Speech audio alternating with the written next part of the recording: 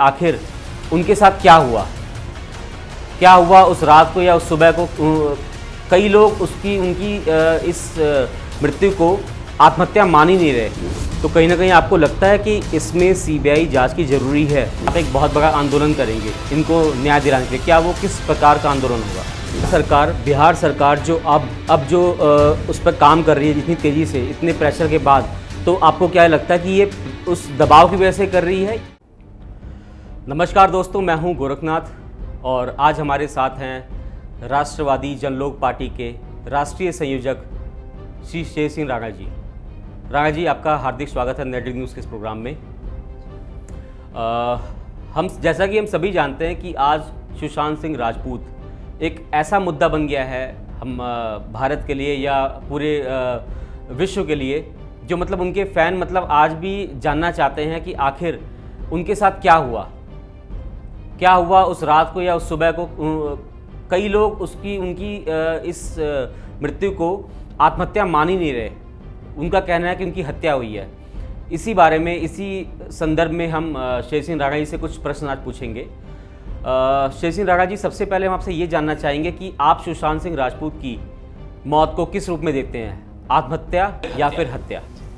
सबसे पहले मैं नेटवर्क न्यूज़ के सभी दर्शकों को हाथ जोड़कर प्रणाम करता हूँ। शुक्रिया बहुत जी। देखिए, जो आपका प्रश्न है कि सुशांत जी की हत्या हुई है या आत्महत्या हुई है जी, देखिए ये तो एक इन्वेस्टिगेशन का मैटर है, बट उनके फैंस की तरह ही मेरा भी ये मानना है जी कि जिस तरह का वो व्यक्तित्व थे मतलब जी तो उस तरह के व्यक्तित्व जो है आत्महत्या नहीं कर सकता जी तो उनके साथ ज़रूर कुछ ऐसा किया गया है जी, उनकी हत्या की गई है जी कि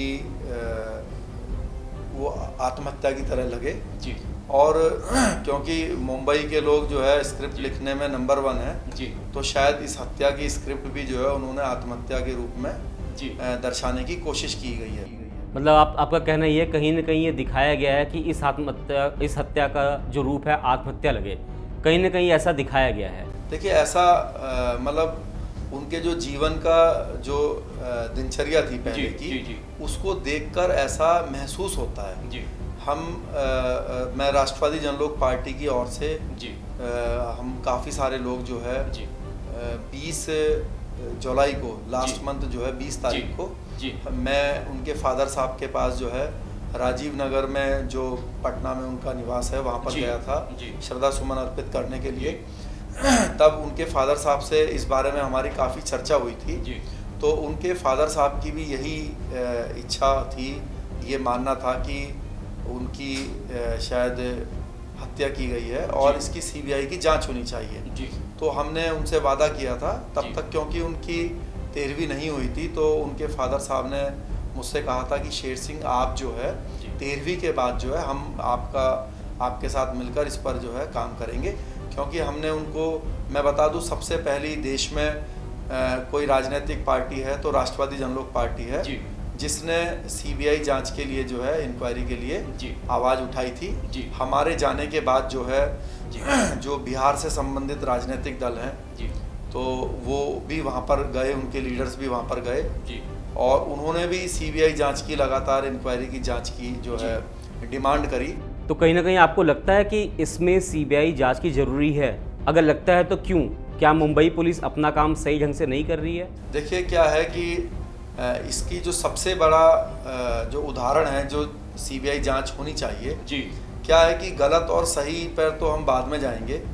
देखिए, बहुत दबाव होने के बाद जो है बिहार सरकार ने उनके फादर साहब का पटना में मुकदमा दर्ज करवाया जी और जब बिहार पुलिस इन्वेस्टिगेशन के लिए मुंबई गई जी तो जो बदसलूकी वहाँ के पुलिस वालों के साथ की गई, बिहार जी। पुलिस वालों के साथ जी महाराष्ट्र पुलिस के द्वारा, जी वो जो है बेहद निंदनीय है।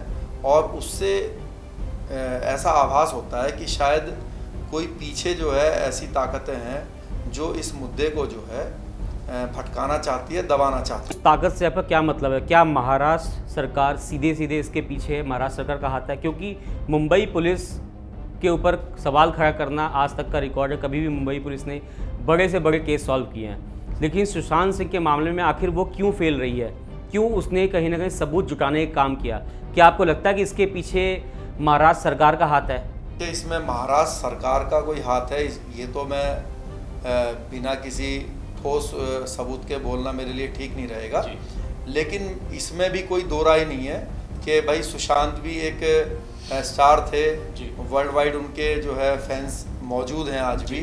तो बड़ी सीधी सी बात है कि उनके कनेक्शन भी वैसे ही थे, उनकी दोस्ती भी उसी लेवल के लोगों से थी और उनकी दुश्मनी भी उसी टाइप के लोगों से रही होगी जो कि उनके फील्ड के लोग हैं। तो सभी लोग जानते हैं देश में कि यहाँ पे जो हमारे फिल्म के स्टार हैं या जो इंडस्ट्री के से जुड़े हुए लोग हैं, उनके पॉलिटिकल लीडर्स से बड़े घनिष्ठ संबंध होते हैं। इसमें महाराष्ट्र सरकार की बात ही नहीं है। सभी को मालूम है कि सलमान खान जो हैं मोदी जी के साथ गुजरात में पतंग उड़ा के आए थे।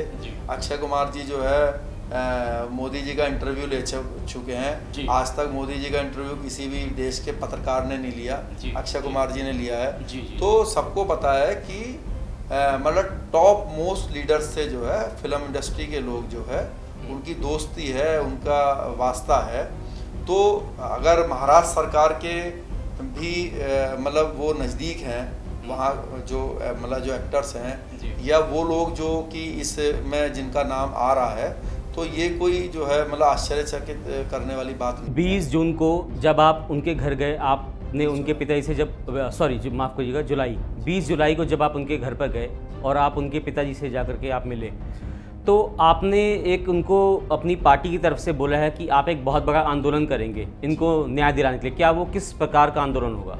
क्या वो बिहार में ही होगा या फिर पूरे भारत में इसको लेके जाएंगे आप? देखिए, जब मैं उनके फादर साहब के पास 20 जुलाई को गया था, तो उससे पहले मेरे कुछ परिचित हैं इंडस्ट्री के अंदर, गुजरात से एक वास्ता रखते हैं, तो उनसे मेरी बातचीत हुई। तो उन्होंने मुझे एक संदीप सिंह नाम के व्यक्ति का जिक्र किया। उन्होंने मुझसे कहा कि शेर सिंह जी, आप अगर उनके फादर साहब से मिलेंगे तो आप उनको ज़रूर इस बात की सूचना दीजिएगा कि एक संदीप सिंह नाम का व्यक्ति है जो ऐसा महसूस करवाता है कि वो सुशांत जी और उनके परिवार के काफ़ी क्लोज है, आपके काफ़ी क्लोज है, मतलब सुशांत जी के फादर के लिए उन्होंने बोला। बट वो दूसरी पार्टी का बंदा है जो शायद ये नहीं चाहते कि इन्वेस्टिगेशन सही दिशा में जाए। वो एक्चुअली इन्वेस्टिगेशन को भटकाने वाला व्यक्ति है, इन्वेस्टिगेशन को ठीक डायरेक्शन में ले जाने वाला व्यक्ति नहीं है। तो उससे सावधान रहें, ऐसा मैंने सुशांत जी के पिताजी को 20 तारीख को ही बता भी दिया था उनके द्वारा। मैंने उनका बताया भी था, नाम भी बताया था उनका कि भाई उन्होंने मुझसे कहा है। तो उन्होंने कहा कि मैं ज़रूर इस बारे में विचार करूँगा। और इसका परिणाम ये हुआ कि उनके फादर ने भी फिर उस पर विचार किया। हमारे पार्टी से जो जुड़े हुए लोग हैं, हमारे विशाल भाई हैं, विशाल राजपूत, हमारे जो है अभिषेक जी हैं पटना से, उन्होंने और पार्टी के हर जिला अध्यक्ष ने अपने अपने ज़िलों में जो है बंद करवाया और उसके लिए पूरा प्रोटेस्ट किया। उसका परिणाम ये रहा कि दूसरी पार्टी के लीडर्स भी वहाँ गए और जो बिहार सरकार है उसके ऊपर दबाव आया कि भाई अगर हमने इस पर कुछ नहीं किया तो परिणाम ये होगा कि लोग जो है इससे हमारे पार्टी के खिलाफ हो जाएंगे। तो तब उन्होंने जो है सुशांत जी के फादर साहब की रिपोर्ट FIR दर्ज करवाई पटना में। और फिर अब उस पर इन्वेस्टिगेशन हो रहा है। बिहार सरकार जो अब जो उस पर काम कर रही है जितनी तेज़ी से, इतने प्रेशर के बाद, तो आपको क्या लगता है कि ये उस दबाव की वजह से कर रही है या फिर उसका कहीं ना कहीं एक राजनीतिक भी रूप सामने निकल के आ रहा है, क्योंकि आगे आने वाले टाइम में बिहार चुनाव सर पर है? देखिए, ये बहुत दुर्भाग्य है कि इस मुद्दे को राजनीतिक मुद्दा बना दिया गया है। अब इसमें मेन पर्पस ये होना चाहिए कि न्याय मिलना चाहिए।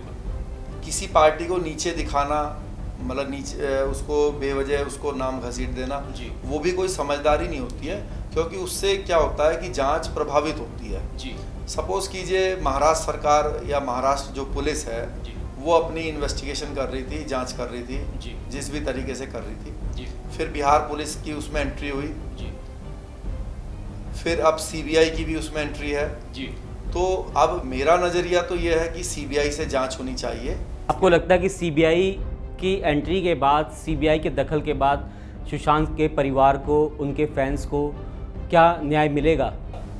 देखिए, सीबीआई भी कोई विदेश से तो आई नहीं है जी। सबको पता है कि सीबीआई में भी तो वही पुलिस ऑफिसर, लेकिन कहीं ना कहीं एक स्वतंत्र संस्था है जिसके ऊपर किसी का दबाव नहीं होता, और कहीं ना कहीं देखिए, मैं तो इस बात को बिल्कुल मानूंगा नहीं जी कि सीबीआई एक स्वतंत्र संस्था है। जी भाई, सीबीआई केंद्र सरकार के अंडर में काम करती है, जी। पुलिस जो है राज्य सरकार के अंडर में काम करती है, सिर्फ जी। इतना ही अंतर है। जी तो अगर मान लीजिए केंद्रीय गृह मंत्री सीबीआई को कुछ इंस्ट्रक्शन देंगे जी तो मुझे नहीं लगता कि वो उसको टाल देगा कोई, जी क्योंकि जो सीबीआई में भी क्या है, मान लीजिए सीबीआई के जो डीआईजी या जिस अधिकारी को जांच सौंपी गई है जी वो भी तो एक आईपीएस ऑफिसर है ना, किसी राज्य से बिल्कुल। पुलिसिंग कर रही होंगी तो वो जी। आई होंगे वहाँ पर। बिल्कुल बिल्कुल। तो ऐसा नहीं है, लेकिन इसके ऊपर इसलिए थोड़ा सा विश्वास ज़्यादा है लोगों को जी क्योंकि ये किसी राज्य से संबंध नहीं रखती। भाई, जी। इसमें दो राज्यों का कंट्रोवर्सी है। महाराष्ट्र पुलिस चाहती है कि हम करें, बिहार पुलिस बोलती है भाई हम करें, जी। तो दोनों में डिस्प्यूट ना हो, जी। इसलिए सीबीआई से जांच होनी चाहिए। और सबसे बड़ी बात है जी। कि उनके जो फादर साहब हैं जी और उनका जो परिवार है, हम्म। उनके जो फैंस हैं, जी। उनकी ऐसी इच्छा है कि सीबीआई से जांच होनी चाहिए। चलिए, ये थे हमारे साथ शेर सिंह राणा जी, जिनसे हमने हर तरीके के सवाल पूछे और इन्होंने बड़ी बेबाकी से उसका जवाब दिया। आगे हम देखते हैं कि बिहार चुनाव में इनकी राष्ट्रवादी जनलोक पार्टी क्या कमाल दिखाती है। और आप इसी के साथ हमारे चैनल नेटवर्क न्यूज़ को, इस प्रोग्राम को देखने के साथ साथ इसको सब्सक्राइब करें और फेसबुक पर इसको जो है लाइक करना ना भूलें। और अगर आपके मन में कुछ ऐसे प्रश्न आते हैं जो मुझे शेर सिंह जी से पूछने चाहिए तो आप कमेंट बॉक्स में ज़रूर डालें। नमस्कार। आप देख रहे हैं नेटवर्क न्यूज, साहस सच कहने का।